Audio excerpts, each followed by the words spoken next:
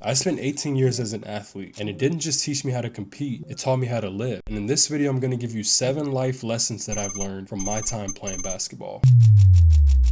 Number 1, the margin for error is razor thin. You've probably heard the term in sports that it's a game of inches, and it's so true. One tiny mistake can cost you the game, one crucial turnover can end your whole season. And life works the same way. Think about how many people have lost their lives or ruined their lives just from one bad decision. I think about this one all the time because life is truly a game of inches. That's why I believe in stacking good habits every day, because one misstep can change everything. Number 2 is there's always noise on the sideline. One of my favorite concepts is the man in the arena, which essentially is that everyone has an opinion, but very few people are willing to get on the court, on the field, or in the arena. Everyone has an opinion, but how many people really want to put the work in? How many people are going to sacrifice blood, sweat, and tears to work towards a goal or a championship? Life works the same way. So many people have opinions about things that they have not done themselves. So many people will judge you for things that you're doing. So many people will criticize you for something that they've never even tried to do. That is why you have to be confident in what you're doing, and you really just have to not care what people say. I feel like that's been one of the freeing things that I've learned from making content, is that I truly just don't care what people think anymore. I was so self-conscious about what people would say or what people would comment. Oh, he's doing YouTube, he's making content. And like, it's so freeing because the people that have said these things, and yes, there has been some, they've never made a video a day in their life. They don't know what it takes to make content or make videos. Again, life is the same way. If someone is criticizing something that you've done and they haven't done it themselves, you probably shouldn't listen to them. Number 3, failing is the only way to success. This is a huge pillar for me because I truly believe that failing is one of the best things that you can do. I've adapted the mindset to fail forward, right? Because by failing, you can redirect, you can learn, and ultimately it's the only way to success. Think about how many athletes have failed over and over and over and over again, yet they are some of the greatest athletes because they took the risk and they weren't afraid of failing. Life works the same way. If you can fail over again, yes, it's gonna suck. Yes, you might be embarrassed or whatever, but like, that's the only way to take steps towards success. You are a great 3-point shooter if you miss 60% of your shots. You're a great baseball player if you miss 70% of your bats. Life works the same way. By failing forward, you're comfortable being uncomfortable, and you take the risk and give yourself a chance to be successful. Number 4 is you don't win games without practice. I mean, listen, we talking about practice.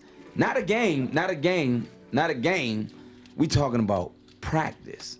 Practice is so essential. Practice at anything is so key. You cannot win games if you don't practice. And I've adapted this same mindset in life. I try to stack daily wins. I try to stack my practices with videos, with content creation, with work, with working out. I've won championships and awards, and I've learned that it all came from practice. Because with practice, you feel comfortable and you're ready come game day to perform at your best. And the thing is, practice isn't sexy. Nobody likes practice. But what it does is builds that muscle memory so that when it's time to play a game, your brain just goes on autopilot. That's why repetition is so key. So don't overlook practice. Don't overlook stacking small wins. I believe that practice and habits are so important, in fact, that I made a free habit tracker that I like to use every day. It's really easy to use regardless of how busy you are, and if you're interested, the link's in the description. Number 5, you cannot win without a good team. Even if you're doing individual sports, every successful athlete needs a team behind them. I was always one of the best players on my team. I've won individual awards, but that would not have been possible without my teammates pushing me every single day. Life works the same way. You need a support system. You need a circle that's going to hold you accountable, that's going to be there for you, that's going to support you. Because without a team, you cannot win. You can't have great practices, you can't win games, and you certainly cannot win a championship. Some of the best teams that I've been on, we weren't always the most talented, but we were always so close together. We had great chemistry. And so if you can prioritize having a good circle, having a strong support system, I guarantee you will be successful at whatever it is that you want to do in life. Number 6, you have to learn before you can lead. I really believe in the power of mentorship or learning under somebody because we all need it. Regardless of how old you are or what you're doing or how experienced you are, nobody knows everything. And with that, you have to always have somebody that you can look up to, that you can reach out to. Really similar to having a strong team, but you have to learn before you can lead. Some of the best captains weren't always the most talented, but they were role players. They knew what it was like to do the dirty work, to set screens, to take charges, right? Life works the same way. Don't overlook the process of just learning. Learn as much as possible. Learn